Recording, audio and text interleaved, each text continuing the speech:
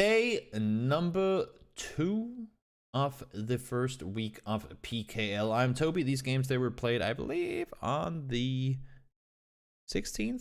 Must have been, right? Yeah, I think it's the 16th. But nonetheless, guys, welcome to the channel. If you're new here, PUBG. That's what I do. Love PUBG. Remember, do a lot of content for it. If you don't know what software I'm using, I am using a program developed by the guys at Otter Production. It's their Twitter handle is Otter, like a Otter, OTTER _prod. So if you want to get access to this analysis tool, you have to go over there, send them a message on Twitter, write to them, add them in a message, whatever, and then I'm sure they'll be able to hook you up on over there. So without further ado, let's go straight into game number 1 of the PUBG Korean League here. Let's see, plane is in the sky. Everyone's gonna jump out and have a great time. It's a somewhat southern plane. And I guess it's beneficial because this circle is pretty damn southern as well. So you have KSR down here in the area already looting the southwestern split, I guess you can say, of Los Leones. And all these other teams that are trying to make their way up north and currently thinking to themselves, oh my lord, what is this circle? We'll slow it down a little bit for you guys to see. So as we see here, everyone trying to get in and get looted. And the issue with this circle is you have Los Leones dead center. Not really an area you want to rotate through for multiple reasons. We've talked about them many times before, but we can quickly go over them again.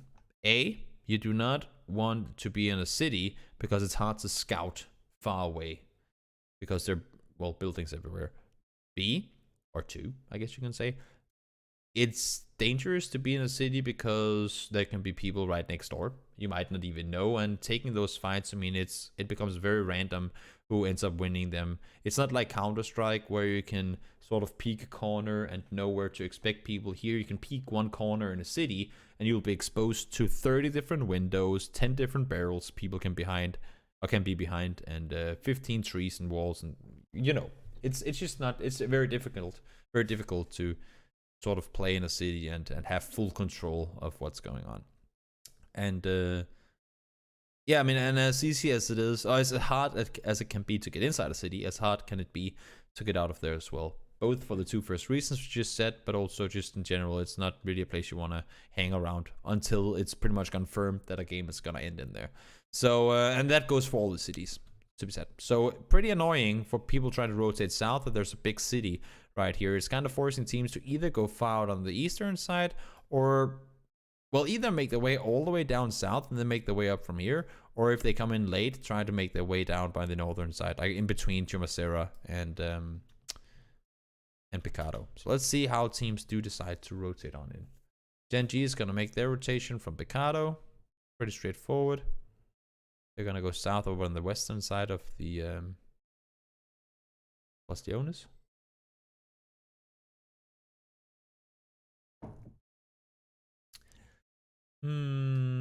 Everyone's kind of just making their safe rotations on. And La Vega is doing a, well, far southern rotation. We've seen this done once before, where it sent the guy all the way down. It was actually VSG. We saw last time we saw this happen. It was VSG that made this rotation. I'm starting to wonder if La Vega is aware.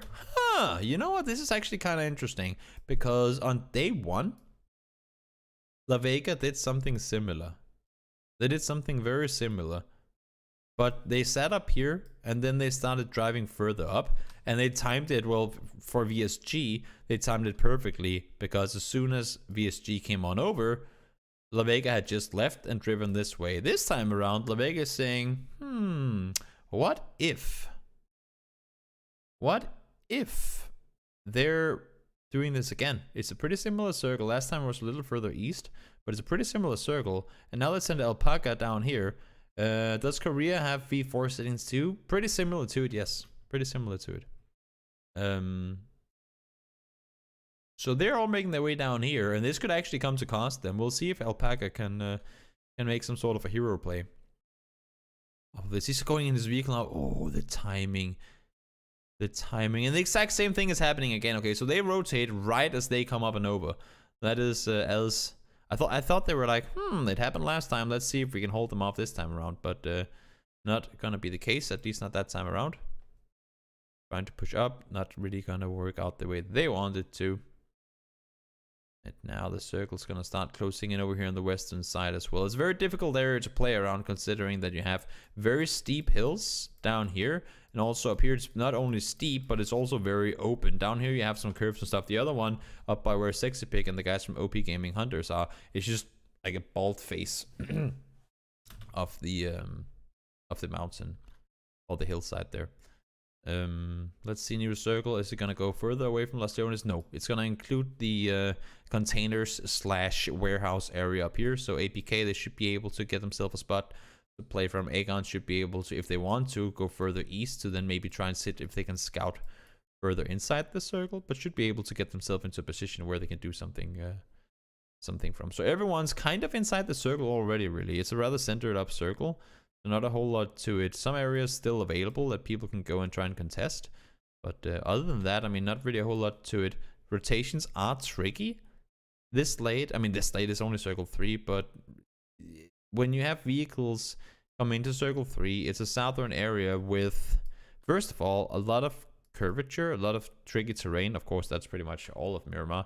But the south is a little more so, considering that it's very flat to very high, very quickly. Instead of it being very, I mean, just like this all the time. This is flat, super high, flat, super high. So you cannot really, I mean, it's limited where you can bring your vehicles. Also, some of these fields, very difficult to drive your vehicles through, especially if you want to have that max speed rotation. You can pretty much only do that on the roads. And this late in the game, you don't really want to be around roads at all. So let's see now how the next circle turns on in. Okay, so circle goes somewhat south. For the guys up here, OP Gaming Hunters, they've had this hillside for themselves for a while, meaning they've been able to scout forward for quite some time. So what they can do is either take their vehicles, try to smash them down here, and then make the rest of the run in on foot. They can go right up here, or because they know for a fact that DTN is in this compound, KSR, they're up here as well, so they will have to either go down around the southern side, or honestly, I think that's their only play. There really is their only play that they have to make. For Quattro, it's a completely different story because they can't really scout anything. So they'll have to cross the road and go over here, or hope that they can hear the vehicles down here and then make the run up on foot to then make the run down and around. But it's going to be, I mean, they're going to be tanking blue if that's the kind of play they want to make. VSG has a good 3 or double split down here with the with Hulk being out on the side. They can try and contain everything south of them to then make the push in. But I was going to say they would probably prefer to go in and get the compound, but I would assume to see that SQ is opting for that. Oh, actually, no, they're not. They're going straight up into Hunters. Okay, so they're all going for that same little area up here. And, well, I mean, Hunters get completely annihilated trying to do that. Quattro is doing what we just said. Hurt the vehicles, leave from the hilltop, and they'll go up and swoop their position.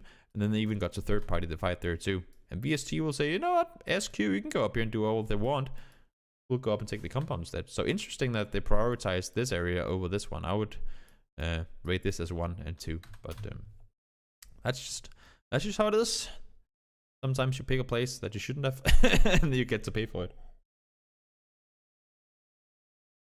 unfortunately for them.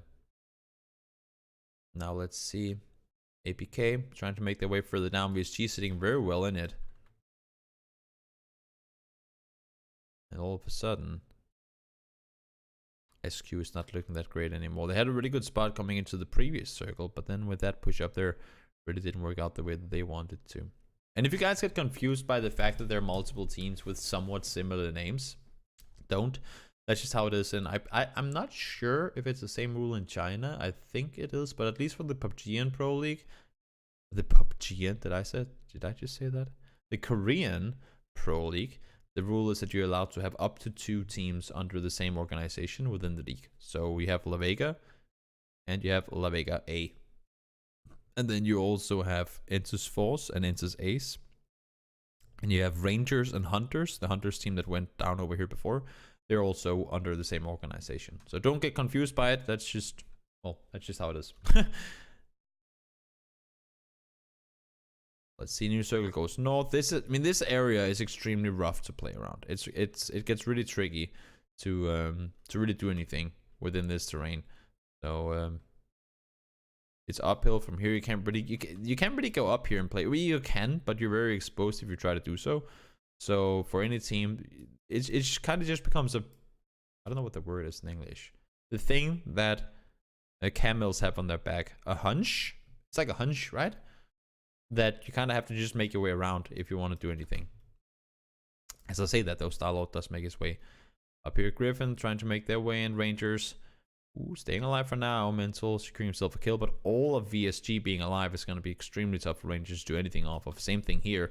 You have P-Banks and the guys from KSR taking the compound. I mean, they've been down here for a while. You see, you can go back as far as we want. There you go. They came in there. They've just been chilling around. So 3 factors. Factor 1, they most likely, at least, have their vests and helmets at, if not 100% durability, then something similar to it. Thing number 2, they probably haven't been forced to use any utility at all, meaning they'll have smokes available, they'll have nades available. So in case they do have to leave the compound, they'll have the utility needed to get out of there. Thing number 3 is ammo-wise, meds-wise, have not been forced to use any of it. So so they're set for a late game fight. They might not have that many kills because they were forced down here. Nobody's really pushed them, so haven't been forced to take any fights. But you would always rather have a good compound centered and then not fight than trying to force fights with a chance of being killed in return. So VSG is kind of the opposite. They've been pushing further forward all the time. They're trying to get kills off of it. Now KSR tries to go out, get some kills. Well, as you can see, leave that compound of yours and you will take casualties. VSG cleaning up after them. But as you can see, KSR did go down one guy. VSG, the previous guys known as Actors Red, they were the guys that won the PUBG Asia Invitational this year. Very, very good team. Hulk, back on up. Everyone trying to see if they can do something here. VSG. Oh, actually, VSG ends up losing. Looks like Hung Kyon wins the game. I'm not sure at all how to pronounce that, but that was my best bet. He ends up getting himself a double and secures the game. So, Ilka and company from Kings Road, they get the win. And that's actually kind of funny because they did win the day 1. I've rewind here. Yeah, they won the day 1 game as well. So impressive that that they managed to pull that off. Also, they won their game 1 on day 1 on Miramar, and now they have a 100% win streak on Miramar in this tournament. That's pretty impressive. For those of you guys who don't know, the way that the Korean Pro League is done is that you have 1 Miramar games and 3 Rankle games, instead of having 1 of each. 1, 2, 3, 4. 1, 2. Oh, that's today's games, right? It's the 18th today. Yeah. Wait a moment. Let me just see something real quick.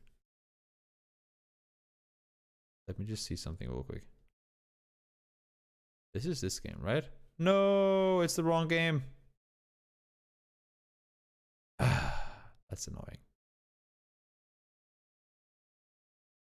I just analyzed the wrong game. You know what we'll do then? It's pretty simple. We'll just do them back.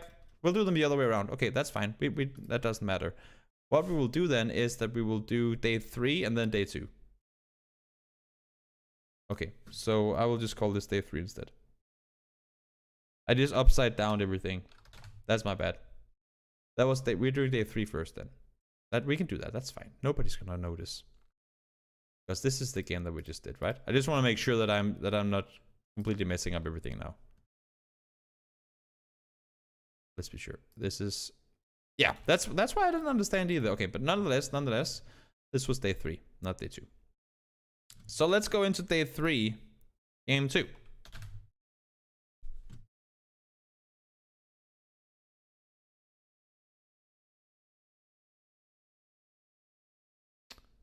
Oh, that's why it is, because we sorted out the other one. Okay. We'll go into game 2 now, on day 3.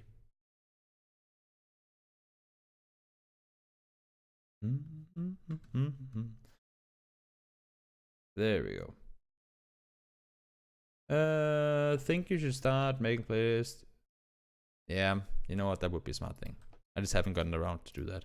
But it is, of course, also an option to do those things. So so that might be smart. It would help me a lot, I think, as well. So I don't end up in that. I mean, I've done a lot of analysis videos. You can go on YouTube and see that. And this is the first time I've mistaken one game for another. So I will say that it probably had to happen at some point, and I'm glad that it wasn't. I'm glad that it wasn't any worse than that. But nonetheless, game 2 of day 3 that we're doing now is commenced, and yeah, let's go straight into it. So Erangel, as center or circle as you can expect it to be. Honestly, we don't even have to discuss rotations. There's going to be plenty of them available. You'll look to see if teams go up towards Potato, teams to take control of the compounds down here by ruins and all that stuff. And Entus might not even want to leave Pochinki, honestly. Yet. They could probably stick around for a little while. Quadro gets a kill onto one of the APK players. He was splitting down in the compound, trying to hold that off, but as you saw there, the teams kind of pulled up on it, so him being all by himself didn't really work out the way that he wanted it to. And then, I mean, with these sort of rotations early on, the only thing you really want to do is, as we talk about so normally, go as center as you can, but play it smart off of it too, right? You don't really want to, I mean, try and force anything. Now the new circle pops and it goes up north. Interesting, because all of a sudden, as much as nobody expected the circle to be able to go north of the river here, because there's such a big portion of it on the southern side, as much does it become a reality with this circle that it could actually shift up here. So what teams want to do now is get not necessarily over the water, but as close to the river as you possibly can. You pretty much want to be as close to the water as possible, because in case it does go over the river, then you, if not want to be on the right side already, then you want to be able to transition as quickly as you possibly can. Because, I mean, with this circle, you only have bridges available, right? You can go out and around, but you're going to have to tank your way through it. So, want to play it smart off of that. Everybody making their way down now. You see Gen G smart split they've got going on here. Esther is maybe a little off by himself, but a capable player. I'm sure that he can do what's needed to be done off of that position. Rangers trying to make their way in from the southern side. En's force having a good split here. I mean, they have a lot of control of anyone coming in from the southern side. Try to make their way into the circle. Really smart split that En's force has set up here. You can see Rangers and Hunters under same organization, but different teams. Rotating safely, going all around the side. Now they're forced to make that drive once more. And wow, okay, so Eastern Rosok circle. At this point, you would expect to see, because, okay, math now. Circle probably has to go down here. The next circle has to go away from water, and I would expect it to go somewhere around what it just drew. With that said, that's not guaranteed, because then it would include water on both sides. I don't know, we'll have to see where it goes. But with only one team on the northern side, you would expect most of the players to expect it to go south. So many players. I mean, 60 players alive still, and they're all down here. And you can see Max still actually crosses over here too. I don't think I've ever seen this many people alive in a circle like this. Honestly, I do not think I've ever seen this many people alive in these sort of circles. But that's the thing, right? I mean, the Korean players... The Korean players play this so differently from the American ones. They never engage in those fights. That whole sit, peek, shoot in the compounds. I mean, once you have a compound, for the most part at least, in the Korean leagues, once you have a compound, you have that compound. I mean, you'll be scouting out further, but you won't necessarily be trying to like boost that ADR, you know what I mean? Trying to see if you can tag people along the way. So they'll just be sitting, laying low in their house. And then, of course, yep, as we drew up, circle has to go down south. Akon, APK just kind of swapped places there. What happened there? Okay, so, oh, no, APK were on the southern side. That's why it just looked fun that they came down and they came around. It's like, let's swap. Whoop, whoop, whoop. So they kind of swap places. APK try to make the push on up to the there's like a dip up here underneath the the Rostock Hill itself. There's a little dip that you can sit in down here. It looks like 3 of them, or 2 of them at least, managed to get up there alive. But for hunters, doing the calculation wrong. Rangers, at least Babo did the calculation wrong as well. Mental is sitting alive on the southern side. This is going to be such a hard circle, though. I mean, for all these teams, they're already in it. That's the issue, right? That's the main issue. The majority of these players are already inside the circle. Now Rangers and Hunters kind of going hand in hand over. Not going to be easy at all. And you can see the guys from the King's Road, they just come up here and say, you know what, you're not crossing our bridge, that's for sure. Going up there and preparing, like being prepared for the push. And now Ilka is all that's left alive. And no, not Ilka, he's on the other team, never mind. But they do get eliminated. Now for the new circle, I was gonna say, if the next circle does shift out of Rostock, because in circle 5 it does not have to exclude water. So if the next circle does shift out of Rostock, then it's going to be extremely tricky. But wait, give me a second here. 1, 2, 3, 4. Yeah, okay, 5. It doesn't have to shift away from water, but it does. So some of the houses, I mean, there's still some of Rostock remaining, but some of the houses are excluded. You have what? 1, 2, 3, 4, 5. 5 teams up here. 4 of them having 4 players alive still. So a lot of players forced to make that move down south. Not yet, not with this circle, but if the next circle goes south as well, it really will have to. La Vega fighting off SKT. Adder is all that's left on his team, trying to see if he can somehow make his way around the bottom side. There's like a little tree and a rock down here that he can sit and hide behind. But look at the teams in Rostock. I mean, it's the fact that you still have 32 players alive coming into circle 6 here. It's extremely rare. New circle, pups. Boom. There you go. That's the shift out of Rostock. And for all these teams up here all of a sudden, good luck. You're going to need it. I mean, it's going to be so tough for them to get out of here. What you can do is you can try to make your way around this way and see if you can contest that dip down here. But at that point, you'll be shot at from school. I mean, school will have left, obviously. But they'll be fighting up there. You can't stay on the... I mean, this side of the road, like this entire area here, is just really open. So anyone sitting on the other side will be able to shoot up towards you. And there's not really a whole lot to play from. You can try and sit on the side here, but as long as there are people still fighting or inside of Rostock, then they'll be able to shoot at you as well. So if all these teams, it's just going to be clustered. Let's see, we have 31 players left now. By the time that this circle comes to a close, I'm going to say we have at most 20 people alive. Unless if they somehow coordinate these rotations around each other to such a perfection that, I mean, I just don't see that happening at all. Yeah, okay, so 21 alive. But still, a lot of people taking down La Vega and King's Road, managing to both get themselves the only 2 houses inside the circle.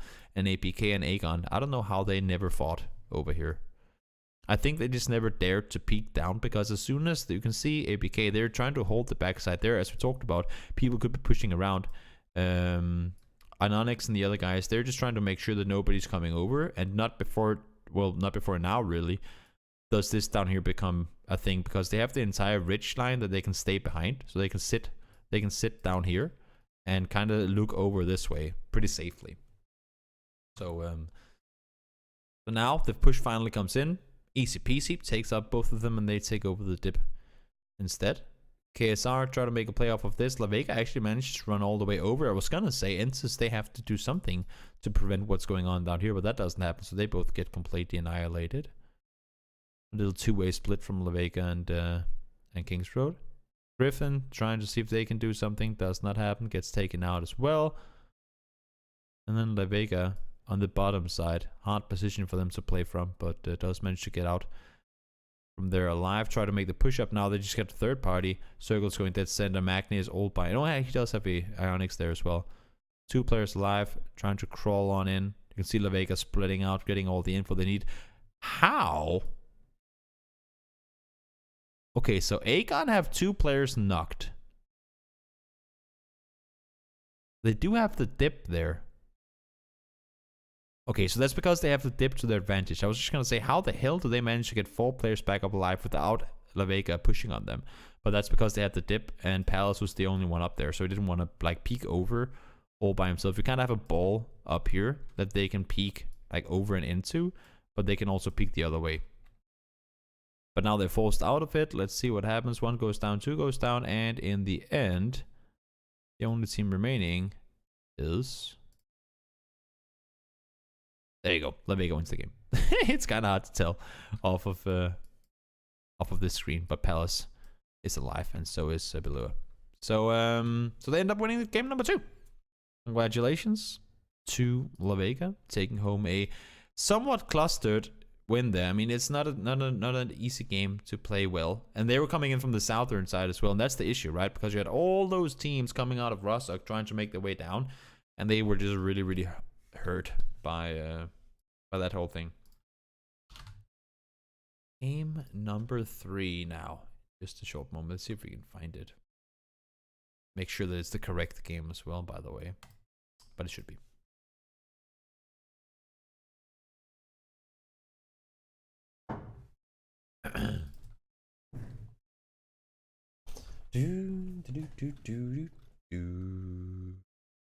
Let's see here.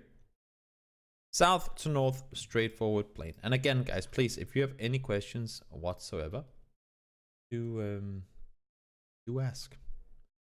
There are some things that I see. I mean, that's the only thing for me when I'm doing these analysis in plural. I want to go in depth with a lot of things, like specific rotations and all that stuff. But if I had to do that for every single fight, not every single fight, but every single circle, then these videos, I try to keep a 4-game video at around an hour at most.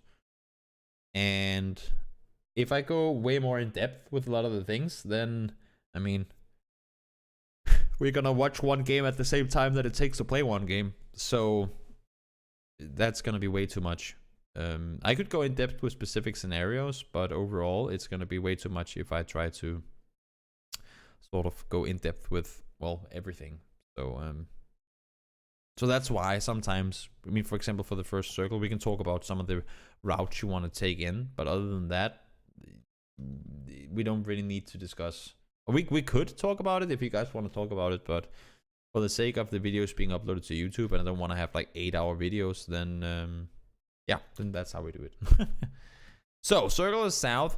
Chance of military, of course, it's very much there this time around. Could just shift down there. Wouldn't require all that much. Quadro loots up in Sarki. King's Road back out on the eastern side. SKT looting up in Milta. Teams already making their rotations on in.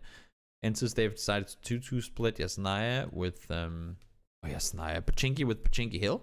Makes perfect sense. I mean, get some knowledge of what's going on down there, but in the end, you probably want to have all your players up, and you can see Yak and his teammate, they are making their way up now. So no reason for them to stick around down there for too long. Indigo actually 3-way splits this one. That's a little interesting. So they know that Aegon is inside of Pachinki, and still have Sun Yang by himself there. They have 2 guys to Pachinki Hill, and Indigo all by himself on the western compound. That's not something you see done too often.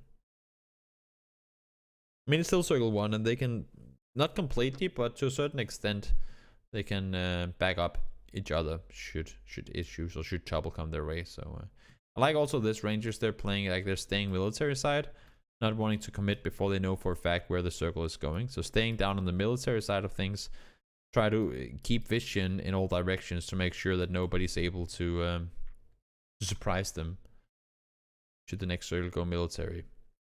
Next circle doesn't, it could still end there technically, but the main issue right now is if you do draw a lineup like this, this is a huge field, and this is pretty much as center as you can get in the circle. Griffin has a 3-way split over here, pretty good positioning. They probably want to get back to a 2-way split. That's probably why I see draft he would be going up towards Merald. And then you have Aegon with a split up here on Kill Hill or Pachinki. No, not Pachinki 2. I guess Pachinki Hill number 2 or Cloud9 Tentacle, whatever you want to call it. There's so many names for these hills. Ensis, they've decided to commit to that. You can see Indigo is already in his vehicle down there as well. He's going to go up towards his teammates to get more info. But this entire open hill area right here, you just cannot really play from it. So you have the forest area that you can go to. And if you're East Coast team, all you can pretty much do is, and that's the reason that hill has that name, is try and fight your way up here. The only alternative would be to, well, either try and take double barns, which is free, but it's going to be hard to scout for you. Like, just full on YOLO commit to that, or try to go down here and maneuver your way around. There aren't really any alternatives.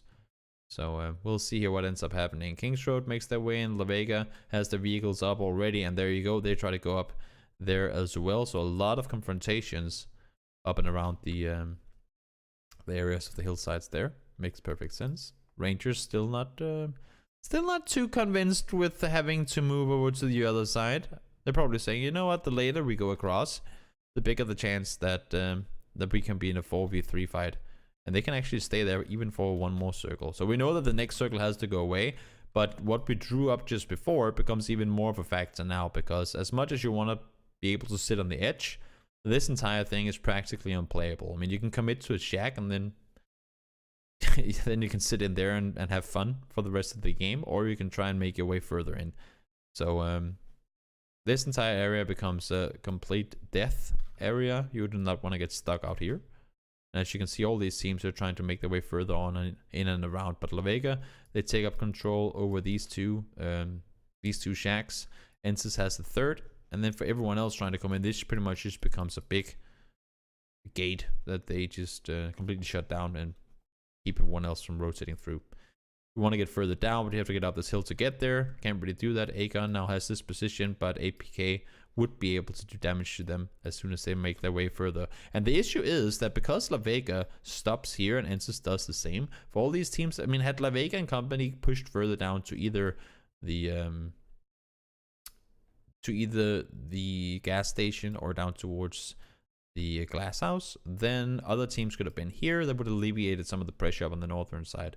But because they stopped this far up and don't want to scout any further, which I guess to a certain extent makes sense, then it just forces Aegon and the other La Vega team into such a rough position that that becomes really hard to kind of get out of.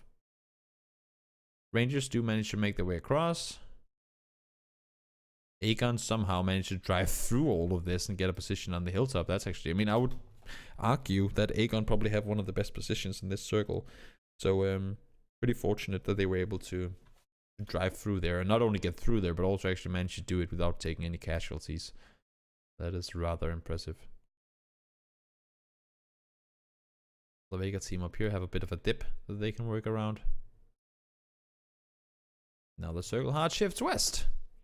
Water doesn't have to be excluded, of course, so they can do that. DTN fights off Gen G. Smart play by them. PKL now trying to do the exact same pull-up. Wojcik cuts around the backside, but I'm not sure if he's going to be able to stay alive there.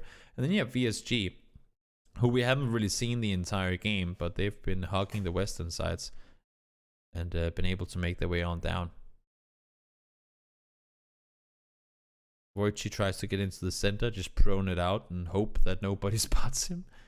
That, I guess, is a strategy as well. I mean, it's one of those last resort type things, right? Where you just kind of commit to the center and say, please, please, please don't let anyone see me. And for now, at least, he's one with nature.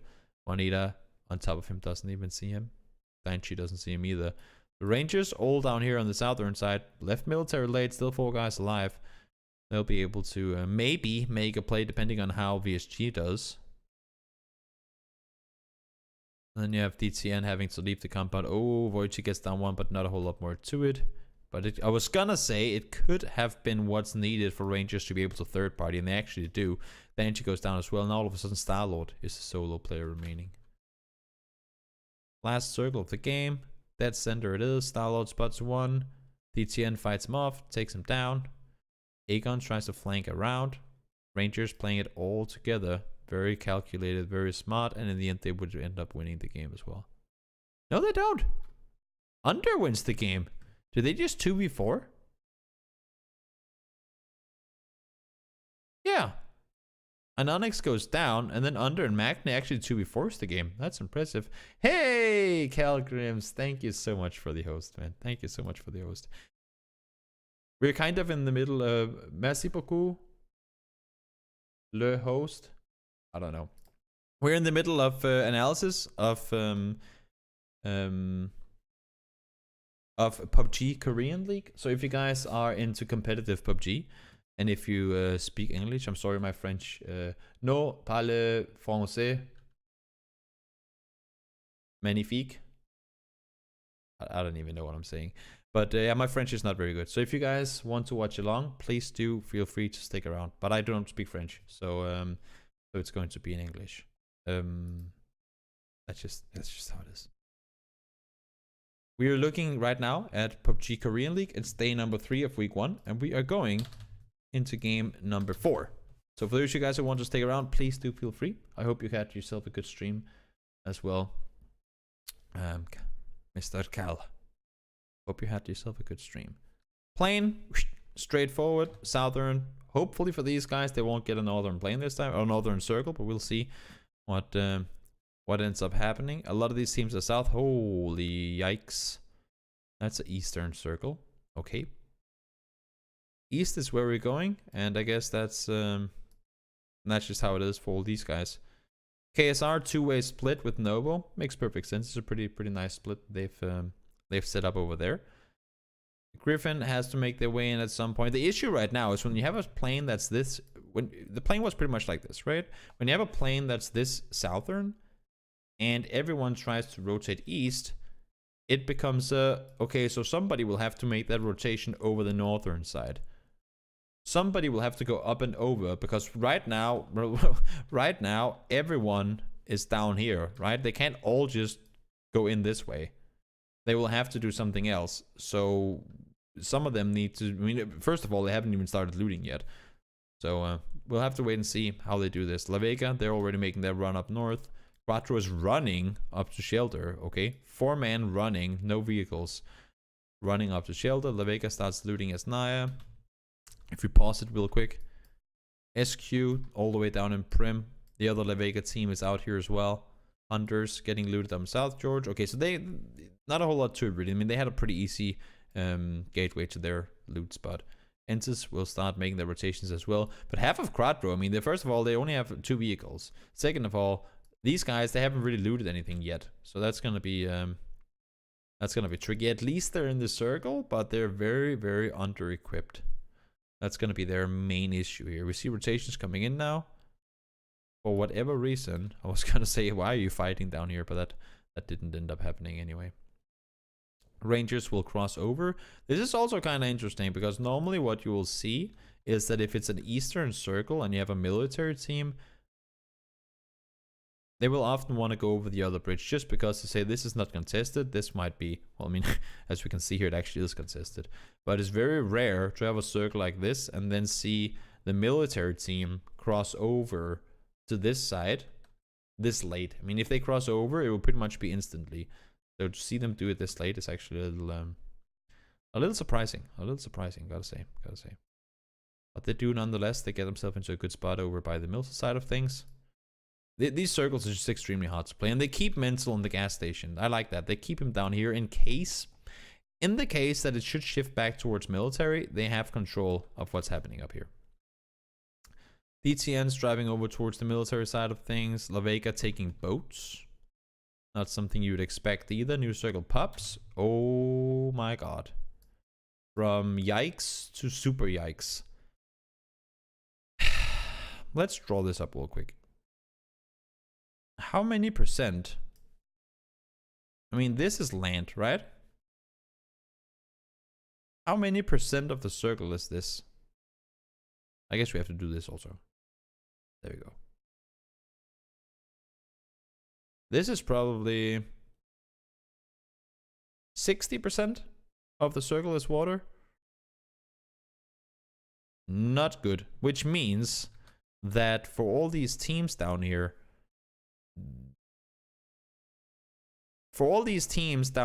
this, even though it's only circle 3, make that circle 2 actually, right? Yeah, circle 2. Even though it's only circle 2, it probably has landmass like circle 4. Like if you take all this landmass here and put it anywhere else in a full circle, that's probably the same amount of land that you have on circle 3 or circle 4.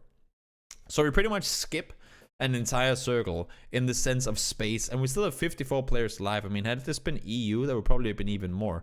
But there's still 54 players live. But the issue is already now, there's like no space. The only good thing I guess you can say is that you pretty much know where the circle's going to go, right? Because the next circles has to shift away from water. So it's going to be extremely tough to do anything. This next circle does not have to shift away from water. Just have to say. The next circle here does not have to shift away from water. The one after that does, though. So max till they say, you know what? 70% water, let's just take a boat. There's no reason for us not to. They'll go far out and probably go way up here or something like that. Yeah, they do. They go, okay, so they go in and up. Oh no! Why? ¿Por qué? ¿Por qué? I don't know how to say why in Korean.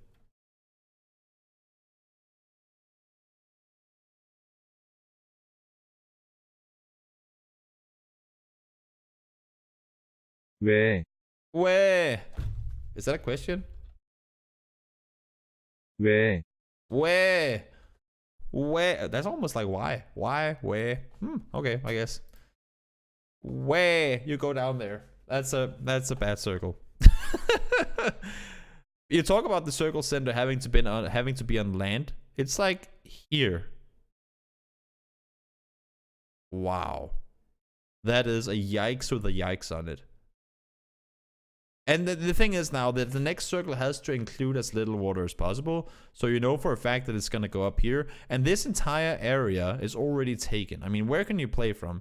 You could fit people into the wizard. There are micro dips that you can play from down here. You can try go out here and sit, but you'll be contested from the northern side. You can try and play the ridge lines up here, but you'll be contested from inside of Milton Power. It's really not a good area to play from. DTN, they're coming into the circle now. Everybody trying to crash down. Yeah, exactly those two spots that were just marked here and here. That's really the only two places left remaining to play from. Everyone trying to get inside the circle. SQ, what is he doing over there? I'm not sure. Crash Milton Power. Well, I mean, that's close to the only thing you can do. There you go. Circle goes exactly where we expect it to. IO 1v4 dies. To be expected, I guess you can say. And La Vega, they're coming in on foot on the southern side. That's probably where you want to be, honestly. Down here on the southern side. On the hills. Down here. If you don't have a compound, that is. Max still goes back to the boat. Okay. So they take the boat again to make their way around. Runs into VSG, tries to fight them off, does not work out the way that they wanted to. And now this circle, even though it doesn't have to go away from water, fortunately does anyway. So for the teams that are sitting way up here, they're like, thank God that the circle came back up. And there are some areas that you can play from. There are like some roles that you can play from that you cannot really see that clearly on the map. But there are some dips and stuff that you can play from up and around here. La Vega pushing into the compound instead of continuing around, taking the full-on fight with SKT. Not sure why they would do that, but do it nonetheless, and it doesn't really seem to work out. Nope, SKT survives it. Gen G does a smarter play, flank around the water, get up to the shack, and then with a chance to push on over if you have to. SKT actually survives that with 4 guys alive. That's very impressive. Rangers try to make the run up towards Entis. Realizes that's not really what they want to do. King's Road staying inside the compound, and then you have the last remaining player from the other La Vega team, and they're just like, please don't push my building, please don't push. And then of course, well, they do because they have to.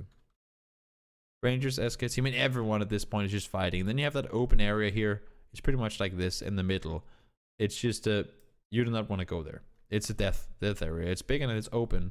And you cannot really do anything from inside. Again, there are some dips, but they only work if you have your backside safe. So for example, now you could sit. No, you cannot even do that actually. Had the circle shifted down here, you could have sat on the southern side because you know that your back is clear. Same thing here. Had the circle been down here, then you could have sat down here because you know that this area is clear. So there won't be anyone pushing you from behind because you have the little roll here that you can look up over. So, but this, I mean, it's just really rough to really do anything from this position. Gen G tries to stay on the eastern side of the road. Ensis, they come up to the dip we talked about before, but they have to worry about the guys up here. Fortunately, Gen G is helping them out by doing a lot of damage towards Akkad and the guys from SKT. Genji gets the circle. APK, they have to leave the safety of hard cover in just a short moment. Genji tries to push over. Not gonna work. They should have smokes and stuff available, but not easy nonetheless. Now final circle comes in, goes down, goes down. Ensis might win this one, but let's see if it happens or not. 3v2. They probably have vehicles and a little bit of cover to play from, but they do end up winning the game anyway. So really, really good games. A really good game. Horrible, horrible, horrible circles. I mean, one thing is that you get this circle 1. It's like, okay, it's bad, but it's okay. Then you get this circle 2. Then you're like, oh my god, this is horrible, but I guess it could be worse. And then you get this circle 3. And you're like, how are we supposed to win these games? So interesting game, that's for sure. And with that was all from this video. So thank you, and until next time.